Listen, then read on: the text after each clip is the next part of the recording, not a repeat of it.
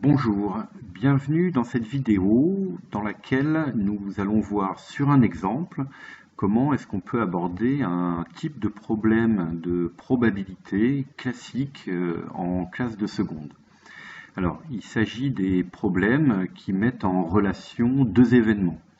Alors, quand on parle de relation entre événements, on parle de réunion, d'intersection, d'événements contraires. Alors, on va voir tout ça sur un exemple et vous pourrez après l'adapter à tous les problèmes que vous pourrez rencontrer dans cette catégorie de problèmes, bien sûr. Allez, on y va, on débute notre exemple.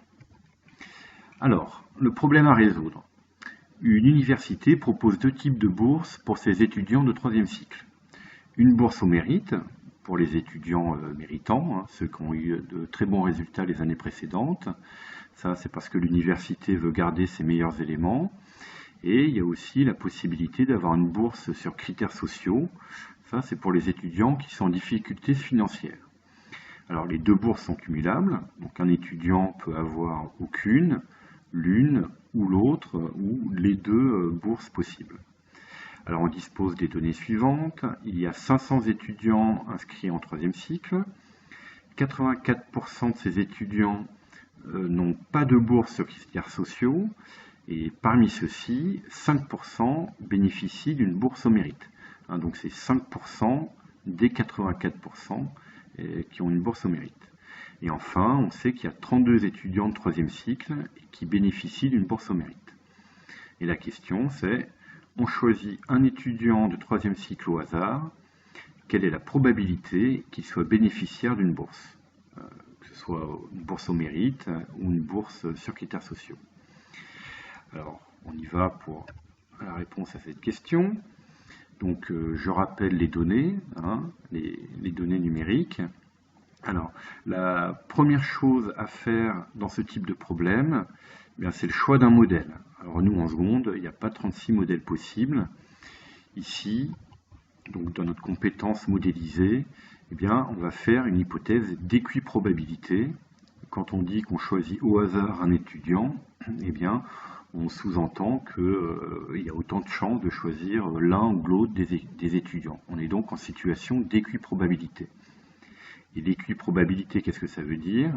Ça veut essentiellement dire deux choses. On peut identifier fréquence et probabilité. C'est-à-dire que si on a un sous-groupe qui représente 30% de la population, j'ai 30% de chance de choisir un individu de ce sous-groupe. Et aussi, pour calculer des probabilités, on a besoin de deux choses. On a besoin de connaître les effectifs de nos sous-groupes et l'effectif total. Voilà. Donc, une fois que le modèle est posé, il y a une deuxième étape importante dans ce type de problème, c'est l'étape de représentation. Donc là, on est sur la compétence représentée. Alors, sur ce type de problème, on va voir deux représentations possibles. Alors, la première que je vous propose, et la plus simple, c'est le tableau à double entrée. Alors, pourquoi un tableau à double entrée? Puisque dans ce problème, on considère deux événements, on considère deux sous-populations de notre population totale. Donc, on peut noter l'événement M, c'est l'étudiant choisi bénéficie d'une bourse au mérite, et on a un autre événement, l'événement S, l'étudiant choisi bénéficie d'une bourse sur critères sociaux. Voilà, on a donc on étudie deux sous-populations dans notre population totale. Ces deux sous-populations vont être en relation. Et là, le tableau à double entrée est une représentation très efficace de notre situation. Alors, on va avoir deux types de tableaux possibles dans ce genre de problème. Soit on fait des tableaux avec des effectifs, donc le nombre d'individus, ou bien on peut choisir de faire un tableau des fréquences, ce qui correspond en gros au pourcentage. Alors, il n'y en a pas un qui vaut mieux que l'autre, et surtout là, je vous ai choisi un problème qui fait intervenir à la fois les effectifs, on a 500 étudiants, on a 32 étudiants qui ont une bourse au mérite, mais on a aussi des fréquences, avec 84% des étudiants qui n'ont pas de bourse sur critères sociaux et 5% des étudiants parmi ceux qui n'ont pas de bourse sur critères sociaux qui ont une bourse au mérite. Donc j'ai fait exprès de tout mélanger pour bien voir que on peut faire l'un ou l'autre des deux tableaux, qu'il n'y en a pas un qui est mieux que l'autre. Évidemment, si vous n'avez que des données qui concernent les effectifs, eh bien vous allez faire un tableau des effectifs. Si vous n'avez que des données exprimées en pourcentage ou en fréquence, ben évidemment, vous allez faire un tableau des fréquences. Alors, on commence par le tableau des effectifs. Et bien là, une fois qu'on a choisi cette représentation, avec nos notations, donc M, ça concerne les étudiants qui ont une bourse au mérite, M bar, c'est le contraire, ceux qui n'ont pas de bourse au mérite, et on a pareil S et S bar, donc S, l'événement, l'étudiant a une bourse sur critères sociaux, et S bar, le contraire, il n'a pas de bourse sur critères sociaux. Alors on y va. Déjà, on connaît le nombre total, on a 500 étudiants, donc on a notre total qui est de 500. Et ensuite, eh ben, on poursuit sur notre liste de données. On a 84% des étudiants qui n'ont pas de bourse sur critères sociaux. Alors, pas de bourse sur critères sociaux, c'est l'événement S bar, le contraire de S. Et donc, ça va nous permettre de remplir cette case. Alors là, on va devoir passer quand même par des petits calculs. Donc, on n'est pas seulement dans la compétence représentée, mais on est aussi un petit peu dans la compétence calculée. Alors là, il faut sortir sa calculatrice. On y va. Et on doit calculer 84% de 500. Ça se calcule simplement avec un 0,84 fois 500. Voilà, 420. Donc là, on est en train de dire qu'il y a 420 étudiants qui sont dans l'ensemble S bar. Et donc, ça nous donne ça. Ensuite, eh bien, on continue la phrase. 5%. Donc 5% de ces 84%. Donc c'est 5% de ces 420 étudiants qui n'ont pas de bourse au mérite. Donc dans cette colonne S bar, eh bien, la ligne M, donc ça c'est l'événement M inter S bar, on va pouvoir le calculer. Donc on reprend notre calculatrice et on va calculer 5% de 420. Donc 5%, ça se calcule avec un 0,05 fois 420. 21. On a 21 étudiants qui ont une bourse au mérite sans avoir de bourse sur critères sociaux. Donc 21 événements, 21 étudiants pour l'événement M inter S bar. Voilà, ensuite on continue. On a 32 étudiants de 3e cycle qui bénéficient d'une bourse au mérite. La bourse au mérite, c'est l'événement M, et donc on va avoir un 32 ici. Et une fois que vous avez fait ça, vous avez fait le plus dur. On peut remplir les cases par complément, hein, on complète. On peut choisir de dire que là on a 80 qui n'ont pas de bourse au mérite sur critères sociaux par rapport aux 500. On va en avoir 80 qui ont une bourse sur critères sociaux. Et puis on continue comme on veut. Là ici 21 pour un total de 32. On va en avoir 11 pour M inter S. Et ensuite là de 80, 11. On continue, ça nous fait 69, 80 moins 11. Là, on va avoir 420 moins 21, 399. Et enfin, ici, 500 moins 32, 368. Vous avez rempli votre tableau des effectifs. Et quelque part, le plus dur est fait. Après, la réponse à la question, elle va venir toute seule. Alors, on peut aussi choisir de travailler avec un tableau des fréquences. On va procéder à peu près de la même manière. Quand on manipule des fréquences ou des probabilités, le total, il est égal à 1. Voilà. Et on va faire pareil. Donc 84% des étudiants pour l'événement S bar, eh bien, en termes de fréquence, ça se traduit directement par un 0,84. Ensuite, 5% d'entre eux Donc c'est 5% de ce 0,84. Là, on va aller chercher nos connaissances sur les pourcentages. On calcule 5%, donc 0,05 de 84%. C'est 0,05 fois 0,84. On a 0,042. Et donc, voilà, l'événement M inter S bar a une probabilité de 0,042. Vous voyez, avec le tableau des fréquences, en situation d'équiprobabilité, on a directement les probabilités des événements. Et on continue comme tout à l'heure.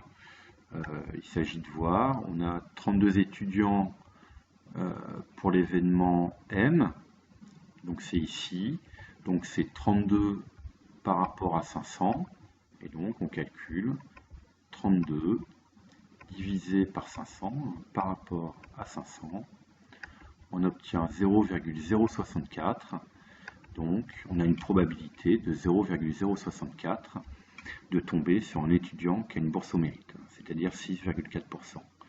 Et après, on complète notre tableau comme tout à l'heure. Alors là, j'ai choisi de faire dans un autre ordre. Donc on peut très bien choisir de faire M bar. Donc on fait 1 moins 0,064. P de M bar, c'est 1 moins P de M. Et pareil, on complète notre tableau un petit peu comme on veut. Là, 0,84 moins 0,042. Ensuite, eh bien, cette case-là, M bar inter S, c'est 0,936 moins 0,798. Ensuite, M inter S, eh bien, c'est 0,064 moins 0,042. On obtient 0,022. Et ensuite, avec 0,022 plus 0,138, on va obtenir P de S qui est égal à 0,16. Et on peut vérifier que 0,16 plus 0,84 est égal à 1. Et maintenant, une fois qu'on a rempli notre tableau à double entrée, eh bien, il n'y a plus qu'à répondre à la question. Alors peut-être, à titre de remarque, on passe du tableau des effectifs au tableau des fréquences avec simplement une division par l'effectif total.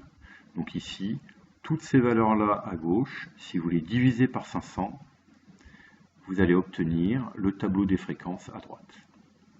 Alors, on y va maintenant pour la réponse à la question posée. On rappelle nos tableaux, on rappelle les notations avec les événements M et S. Alors, on se souvient, la question c'était, on prend un étudiant au hasard, quelle est la probabilité qu'on tombe sur un étudiant qui bénéficie d'une bourse? Donc, ce qu'on cherche, c'est la probabilité de l'événement M union S. Je rappelle la question. Et là, on est dans la compétence calculée et on veut P de M union S. On veut un étudiant qui a une bourse au mérite, M, ou, ça c'est le U, une bourse sur critères sociaux. Alors, il y a plusieurs manières de procéder. Ici, pour moi, c'est l'occasion de vous rappeler une règle de calcul du cours. P de M union S, eh bien, c'est P de M plus P de S moins P de M inter S. C'est-à-dire qu'on fait là nos 80 pour les étudiants qui sont dans S, plus 32 les étudiants qui sont dans M. Mais quand on additionne les deux, 80 plus 32, eh bien, on compte deux fois les 11 étudiants qui étaient à la fois bourse au mérite et bourse sur critères sociaux. Et il faut donc les retrancher au calcul. Donc, ça nous donne le calcul suivant. 32 pour M, plus 80 pour S, moins 11 pour M inter S, et on divise par l'effectif total. Ça nous donne 101 sur 500 égale 0,202. Vous auriez pu aussi tout simplement calculer les 69 qui ont une bourse sur critères sociaux mais pas au mérite, plus les 11 qui ont les deux bourses, plus les 21 qui ont une bourse au mérite mais pas sur critères sociaux, et vous auriez obtenu 101 aussi. Et on peut faire pareil avec notre tableau des fréquences. On calcule P de M union S, c'est P de M, donc cette ligne à 0,064, plus P de S, cette ligne, pour un total de 0,16, moins P de M inter S, de 0,022. On fait le calcul et vous allez obtenir 0,202. Donc la probabilité de tomber sur un étudiant qui a une bourse, peu importe le type, elle est de 0,202, c'est-à-dire 20,2%. Donc vous voyez aussi, hein, quand on travaille avec les fréquences, on obtient directement les probabilités. On a déjà opéré la division par 500 associée à l'équiprobabilité.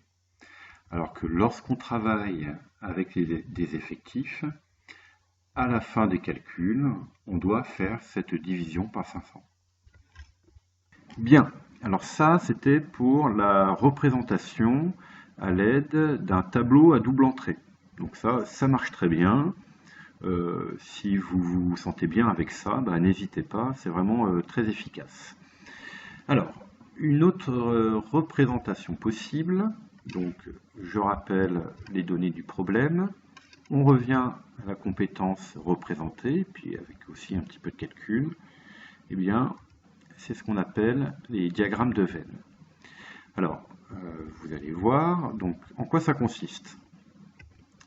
Donc on prend toujours nos mêmes événements, M et S. Alors, on considère notre univers, il est représenté par ce rectangle, pardon, et qui contient tous mes étudiants, mes 500 étudiants. Donc là, je vais faire uniquement avec les effectifs, on pourrait faire pareil avec les fréquences. Dans cette population, on a une sous-population des étudiants qui ont une bourse sur critères sociaux. Donc, ça représente l'événement S. Et on a une autre sous-population des étudiants qui ont une bourse au mérite. C'est l'événement M, ici en vert. On peut se lancer maintenant dans le traitement des données. Alors, 500 étudiants inscrits en 3e cycle. Donc, notre univers oméga, là, ce grand rectangle bleu clair, il a 500 étudiants. Il a un effectif de 500. 84% des étudiants de 3e cycle n'ont pas de bourse sur critères sociaux. Donc on calcule 84% de 500, on a vu que ça faisait 420. Eh bien ce 420, c'est toute cette zone violette. C'est S bar, ce sont tous les étudiants qui n'ont pas de bourse sur critères sociaux. Et donc on en déduit qu'on a 80 étudiants qui ont une bourse sur critères sociaux. Donc c'est l'événement S qui est ici en rouge. Et nous, ce qu'on veut, c'est M union S, c'est-à-dire toute cette zone là qu'on voit, la réunion de ces deux événements, M et S. Donc il ne nous reste plus qu'à calculer cette partie, l'effectif de cette partie violette là, cette partie de M qu'on n'a pas encore. Alors, et maintenant, sur mes 420 étudiants qui n'ont pas de bourse sur critères sociaux, donc toute la zone violette, on en a 5% qui sont dans M. Et bien ces 5%, ça va être toute cette zone-là. On l'a calculé tout à l'heure, 5% de 420, c'est 21.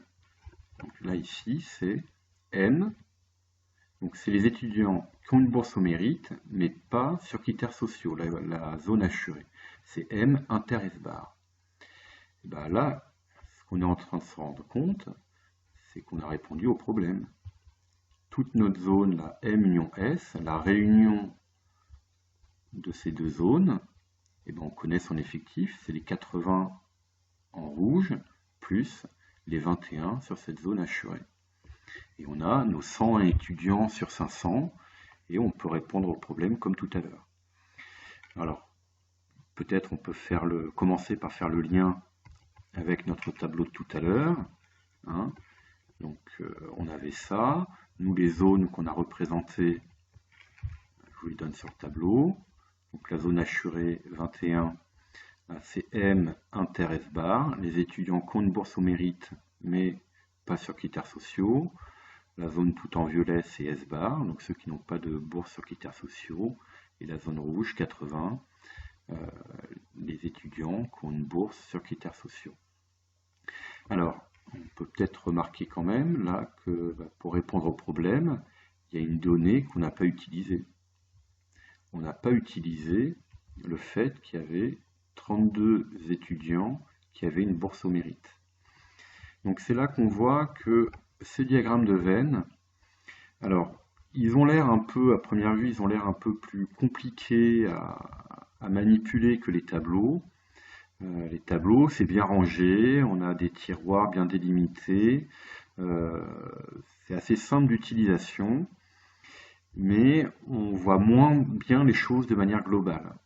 Alors qu'avec nos diagrammes de Venn ici, on a quelque chose d'un peu plus visuel, de plus graphique, et on peut aller un peu plus vite à l'essentiel, on voit mieux un peu ce qu'on fait, et surtout les informations dont on a besoin et comment on peut les utiliser.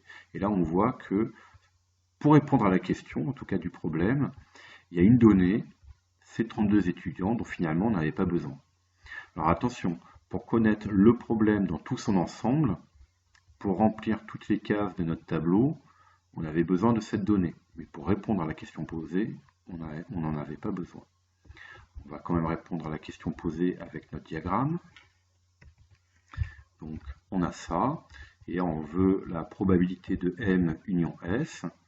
Eh bien P de M union S, c'est P de S en rouge, tous ceux qui ont une bourse sur critères sociaux, plus P de M inter S bar, donc tous ceux qui ont une bourse au mérite, mais pas sur critères sociaux. Et donc ça nous donne 80 500e plus 21 500e, 101 sur 500, on retrouve le 0,202 qu'on avait tout à l'heure. Voilà, donc là vous avez vu un peu les deux façons de résoudre ce type de problème lorsqu'on est dans une situation où on met en relation deux événements, le tableau à double entrée ou les diagrammes de Venn. À vous de faire votre choix. Il n'y a pas vraiment une manière de faire qui soit mieux que l'autre, c'est surtout à chacun sa manière de faire. Alors peut-être, si je reviens en arrière, faire un parallèle avec notre tableau et notre diagramme de Venn. Alors, on aurait pu inscrire toutes ces informations du tableau, du moins les 4 qu'on a à la centrale, les 4 qui donnent les intersections, ici. Et je ne l'ai pas fait parce que je voulais utiliser ce côté direct et efficace qui permet d'aller droit au but des diagrammes de Venn. Alors, on voit là ici ma zone assurée. On a vu, c'est M inter S bar. C'est les 21 qu'on a ici. Ligne M, colonne, S bar, M inter S bar. Cette partie de la zone rouge qu'on voit ici, ça c'est l'intersection de M et S. C'est M inter S, c'est 11. Et là, on avait quand même besoin de cette information de 32 étudiants dans M, pour dire que dans M tout entier, on a 32 étudiants, moins les 21 qui n'ont pas de bourse sur critères sociaux, donc qui sont dans S bar, il y en a 11 dans cette intersection ici. Là, cette partie rouge de droite, donc qui n'est pas dans l'intersection du milieu, ça c'est S inter N bar, ceux qui ont une bourse sur critères sociaux mais pas une bourse au mérite, c'est les 80 moins les 11 qu'on a identifiés ici, c'est les 69 qui est là, S inter N bar. Et enfin, cette zone extérieure, là, en violet uni, non assuré, ce sont tous ceux qui ne sont ni dans M ni dans S, donc c'est M bar inter S bar, et c'est les 399. C'est les 420 moins les 21 là, de la zone assurée. Voilà, vous savez tout, et donc à vous maintenant d'adapter ces modes de représentation surtout. Il faut bien se concentrer sur un choix de représentation. Une fois que vous l'avez choisi, normalement tout roule, les choses se font assez simplement pour peu qu'on sache calculer des pourcentages. Voilà, je crois que j'ai tout dit, et donc je peux vous dire à bientôt. Au revoir.